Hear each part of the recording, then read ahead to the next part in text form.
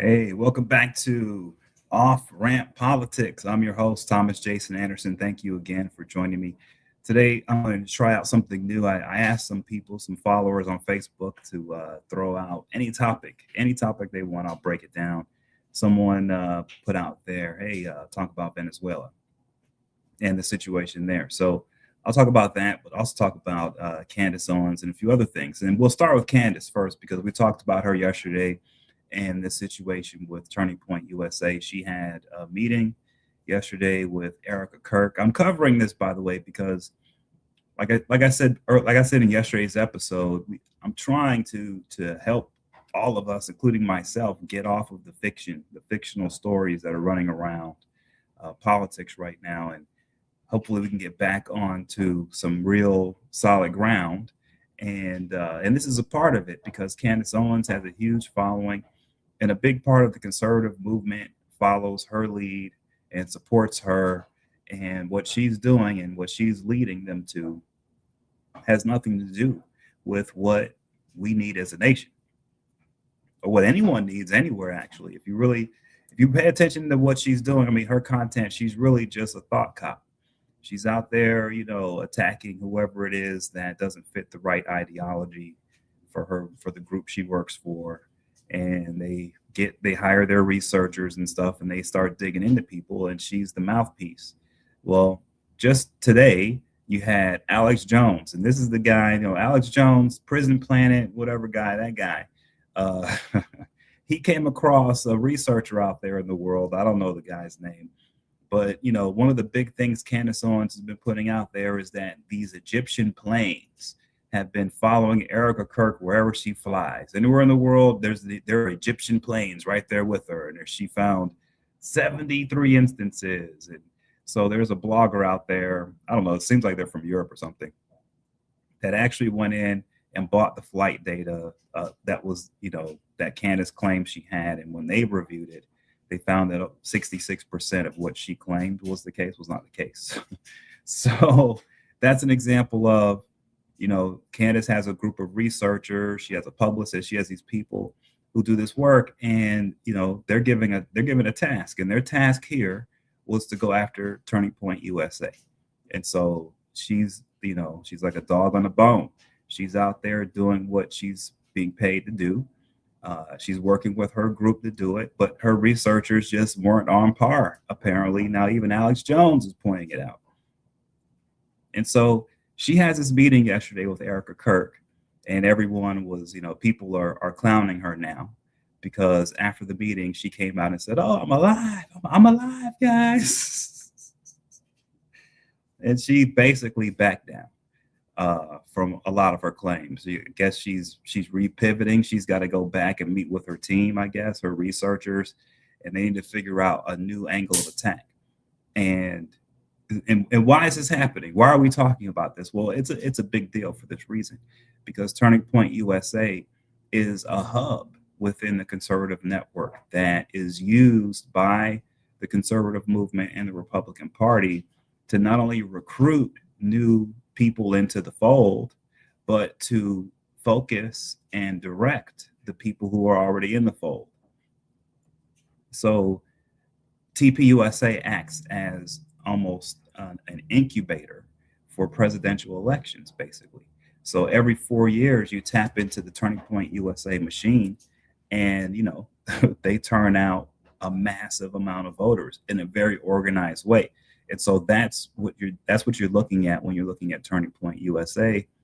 You're looking at a very huge, very big, very well funded group that is there to act as an incubator for right wing politics, right, and for their elections, mainly the presidential elections. And so if you look at, like I did yesterday, if you look at some of the donors and some of the organizations giving money to Turning Point, a lot of billionaires, a lot of Jewish groups. And so here's Candace Owens and her group who have been publicly, anti different Jewish things. They are attacking TPUSA. Is Candace trying to get rid of this pivotal foundational piece of the conservative movement's political ecosphere? No, she's not. She's not trying to get rid of that. What Candace Owens is attempting to do, and her crew she works with, it looks like, is they're trying to get control of Turning Point USA. Okay, if not total, at least partial. And with that control comes all of this cash that Turning Point USA sits on. And with that control, they can redirect the millions of people that have been recruited, that were recruited by Charlie Kirk, and that were sent on one direction. Now, if they take over it, they can take these people and send them on a totally new direction. And so that's what this fight is really all about. It's about power, it's about money, and it's about power and money inside of one half of our country's main two political parties. So yeah, this is pivotal. This is important. And more in politics in America, you're not finding the answers, or you're not finding the source of the real money of what's going on in places like the Federal Elections Commission through normal, campaign finance places.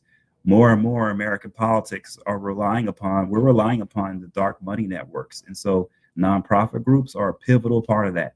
Turning Point USA is a pivotal part of that. And so definitely going into 2026, there is a massive fight over TPUSA because there's an election coming up, and that's what that thing is for. It's for these elections, even though it's not supposed to be, but that's what it's for. And that's what this fight is about. And so Candace is not going to stop. She has to continue because that's too big of a prize on the right to allow to exist without her and her group having control over it. Because what's going to happen is if they can't control it, then it will control them. So this is a real battle there. And I know it's not, in the mainstream news. Some people are covering it, like Chris Cuomo, I saw covered it. And even when he's covering it, he's like laughing, like, why do I have to cover this? Well, you have to cover it because this is the new politics in America. Like where we are now, this is where, so people have to understand, like, there's the fiction, and then there's the fiction built on the fiction. And the fiction built on the fiction is Candace Owens. She's the fiction built on top of the fiction. She's not taking you off of the highway of fiction. She's getting you deeper in there. She's taking you into the express lane. So Candace is in the express lane, right, of this whole this whole fictional disinformation world we have going on the right. She's a product of the fiction. So she's fiction within fiction, essentially, is what's going on here. And what's happening is the fictional, the guys who fight on the fictional level are battling their creations, the fictional people that were created by the fiction guys. Like so Candace is an outgrowth of these fictional plots and ploys these guys have been pushing since the Tea Party.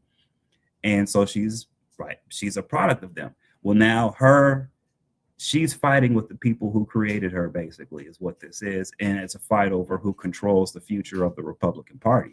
This is where it's happening. This is the fight. Okay, so yeah, off-ramp politics. I'm trying to show everyone where the real fights are within the fictional world. And this is a real fight. And what happens in this part of the fictional world is going to have a massive impact on the real world, on all of our lives, believe it or not. That's where this is. And so we have to pay attention to this, and we have to understand what's going on here. What are the pieces that are moving? Who are the power players? You have to know all of this to understand politics in America now. That's where we are. It's crazy, right? But this is where we are. And so with that in mind, we can swing over to Venezuela now, because right here we go. Within the Republican Party, in the right wing of politics in the United States. And by the way, I'm doing this segment of the show as a request. Okay, we're doing it live, and I did a little bit of research, but not much. I actually looked into ChatGPT a little bit, just to find out, hey, how long would it take if the U.S. military went into Venezuela? How long would it take to get their oil back online? And does the United States have the capability? And ChatGPT was like, yeah, America has huge capacity to be able to get Venezuela back to 2 million barrels a day within a year. So when I saw that, I said, yeah, of course. I don't talk about the oil part of all this a lot, because to me, it's not the most significant part. The significant part of all of this is actually regional security, right? That's the real significance here. So if I'm breaking down Venezuela and what's happening with Trump and our military and what's happening in the region, yeah, the oil is important, and there's no mistaking that. Okay, there's no mistake. It is important, but it's not more important than the overall security in the region.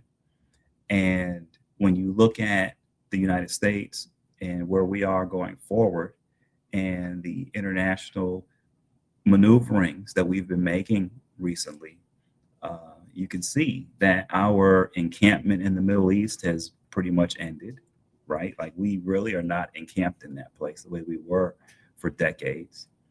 Biden, once he got rid of our troops in Afghanistan, I mean, we're pretty much cleared out of the Middle East. So we're out of there. Looks like we're maneuvering to clear out of Europe, right? With NATO, it looks like NATO.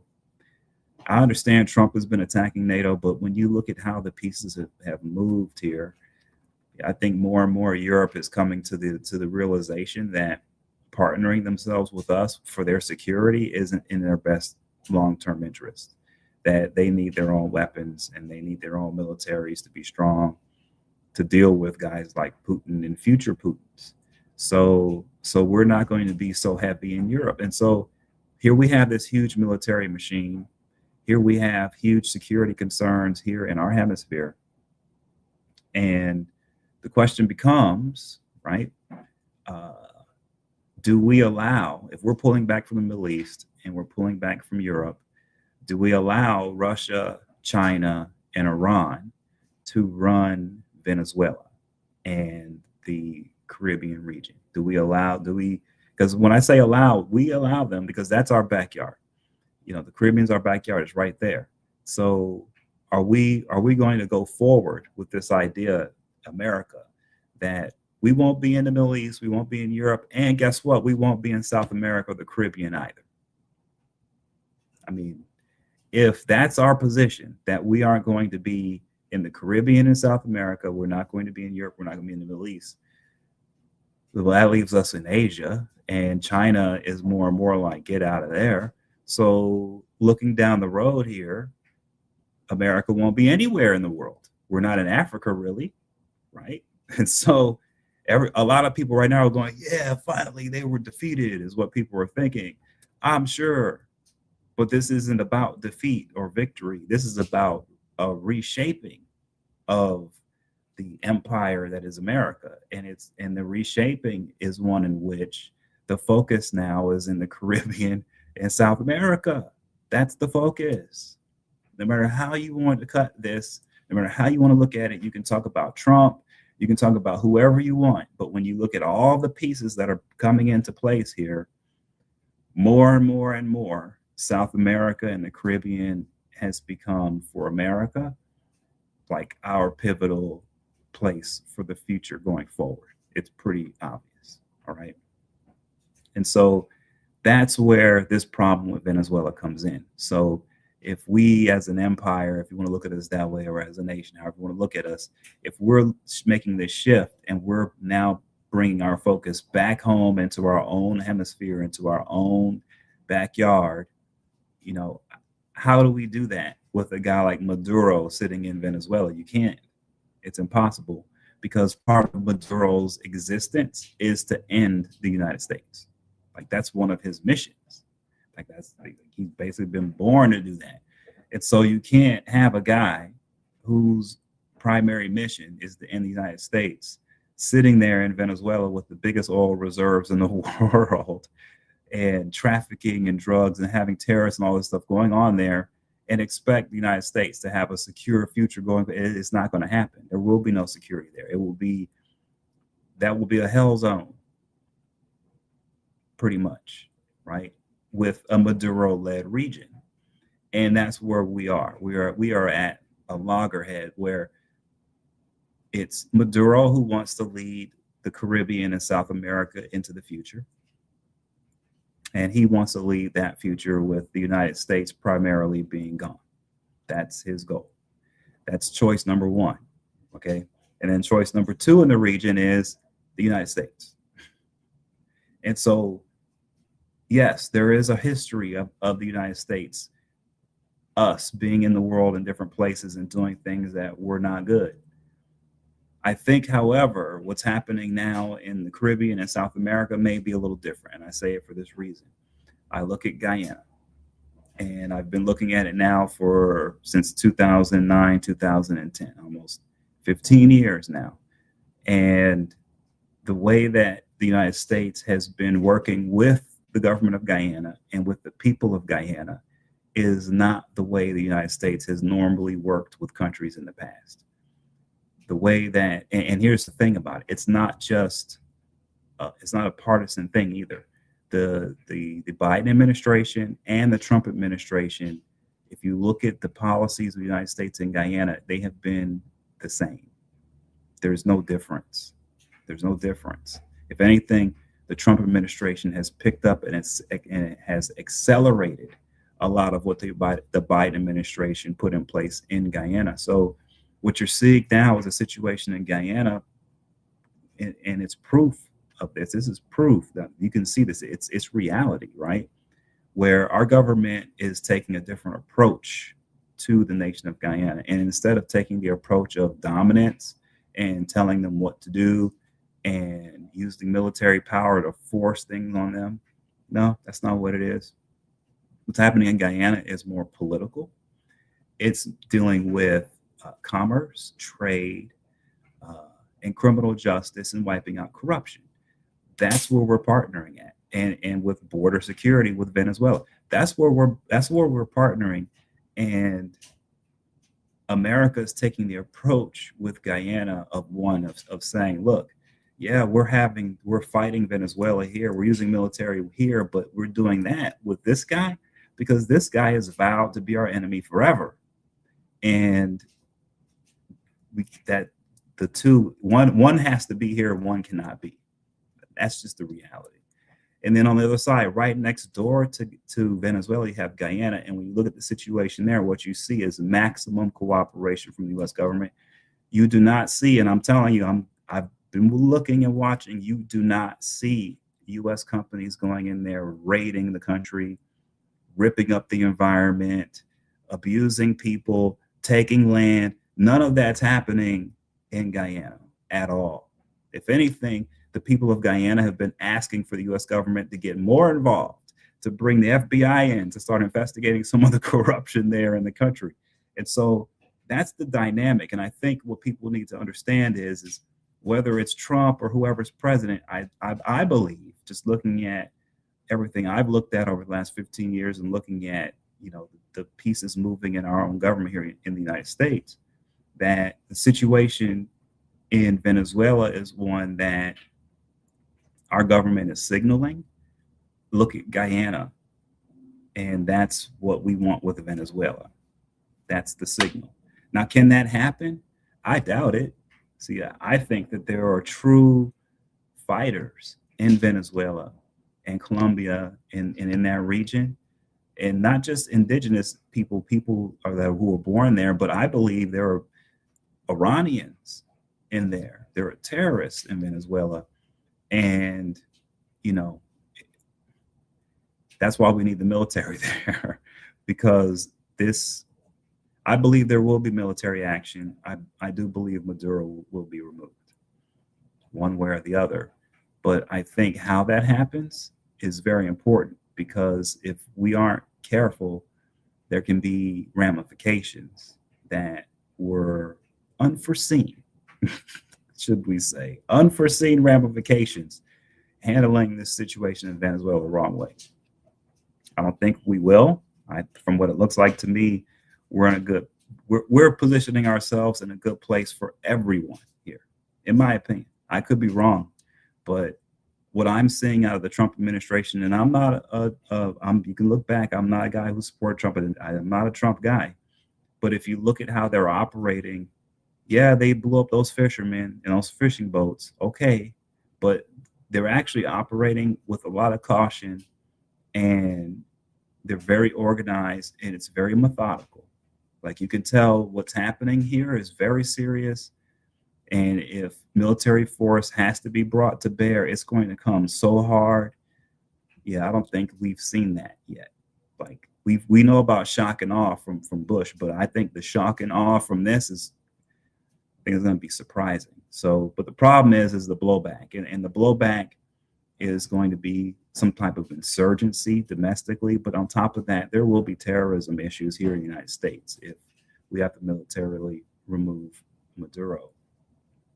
There will be terrorist attacks here because of that. There's no doubt about it, because his network and the networks supporting Maduro are all inside the United States. They're everywhere. And they're making so much money that if their money supply gets cut off, a lot of those guys are going to get violent. Okay? I mean, that's unfortunately the case. And so that's why this has to be handled in a very smart way, in a very methodical way, because this is no walk in the park, the situation in Venezuela. But it's one that is imperative. From what I can tell, for the U.S. government stance, it's imperative that this Venezuela situation get resolved one way or the other. There's just no doubt about it. And that's just the bottom line. Like, that's where this is going. That's where it's going to go. That's not going to stop. It doesn't matter who's president. It doesn't matter. Like, you can pretty much see all the pieces have been moved to have that happen. Now, here's why all this is super, super, super interesting. Because, and I don't know if this is going to happen, but let's look forward a little bit, right? If it's the case that Maduro is removed and it's not some type of clown show, it's not some type of crazy event where there's chaos in the streets and stuff. Let's just say the thing can be handled well. Well, you have a situation in Miami where a lot of the brain power, a lot of the oil engineers, a lot of the political mind power, they're in Miami from Venezuela. They're there. And so, once Venezuela can open back up again, if it can open back up again, there is a lot of human expertise sitting and waiting to go back home and to help revive the economy there. So I don't know if that can happen, but I do know, living here in Miami, that we have a big Venezuelan population, but it's a professional population. Like, these are the guys who can run the country. And, so we have a very good understanding of what's going on inside of Venezuela, because we have so many Venezuelans here, professional Venezuelans, that know everything about their homeland. And so Miami is going to become a pivotal place if this transition happens. Miami will be for us and for the generations coming up. Miami will be like New York City to those of us who are like Gen X and stuff and older. New York City, Miami is going to be that New York City, and it's going to be a different one. It's going to be an international city with just a lot of overlap with the Caribbean and South America. Look, we're at the bottom level of an elevator ride that all of us are on together. Me here in Miami, a lot of people there in the Caribbean, South America who are watching right now, everyone all over the country, United States. We're on an elevator. We're at the bottom floors, and I'm telling you, this is going to be an interesting ride, and we're going to go way up there, and we're going to just see a total shift in how America looks, and how the world looks, and how the Caribbean and South America looks. It's right on the horizon. We're right there, guys. So there's a lot happening, and the people who stand in the way right now are the Maduros of the world. I hate to say it, but they're the guys who do not want progress. They're the guys who want to keep a forever dysfunctional thing where they live as kings and everybody else is just chaos and no security. This is what they're pushing for. I don't see anything else that Maduro offers to anyone else in the region other than more chaos and war, basically. So that's not going to happen here, I don't think. So that's the outlook here. And possibly this could be a very bright future for everyone involved. I hope that it can be handled in a good way. I don't believe in regime change and forcing people to do this or that. I don't. I don't support this action against Venezuela. I feel like it could have been handled in a different way. But with that said, the world doesn't wait for the right way for things to happen. Sometimes it's just go time, and I think Trump's president right now, and it's just go time. And so all of us need to stay informed. We need to stay aware. I think Guyana, speaking to all my listeners and viewers right now in Guyana, be prepared. There will be chaos. I saw that Amanza was speaking about that yesterday or today earlier about how the government in Guyana needs to get on the ball and ensure that the people of Guyana are financially secure and physically secure, because things could go sideways. I don't think they will. I think this is going to be settled peacefully, but things could go sideways because you do have a real insurgency there in Venezuela, in Colombia, in the jungles, and these guys aren't having it. They'll be losing their entire livelihood with Maduro being gone. I don't think they're going to lose that quietly. That's my opinion. So yes, that's my breakdown on the Venezuela situation. That's what I see happening. I think it's inevitable. Um, yeah, that's the deal. And I think everyone needs to get on this ride and realize it's happening. So get on the ride, get your spot, and we all need to work together to try to make the best of a situation that isn't so great. It's actually a pretty bad situation. So yeah, so the future is bright if we can get through this in a peaceful way. It's very bright for all of us, and hopefully, maybe 5 years from now, when I'm doing this show, I can, you know, talk about, hey, 5 years ago, I was literally on my second episode. I said, hey, man, there's a bright future here. Things are going to change fast. Maybe I'll be able to say that 5 years from now. I have a pretty good feeling that that's the case, that that's what we'll see. Yeah, I'm pretty sure. Pretty sure. So yeah, I think that's it for me, guys. Just wanted to run this really quick live for you since I got that request. I will take more requests. Other requests that you have that are more specific on individuals, I can do a more in-depth one, where I do a split screen. This one's a little bit harder to do a split screen because a lot of the information here is going to be from news reports and other places. So yeah, on individuals, I think, I can definitely do more of a split screen if you guys want to see that. So anyway, have a great day. Really thank you guys for joining me. I will see you again tomorrow. I guess I'm coming on at noon every day. I think it's going to be my time. I don't see very many shows on that time, so I think I'll do noon. But thanks again, Thomas Jason Anderson. I'm out. Take care.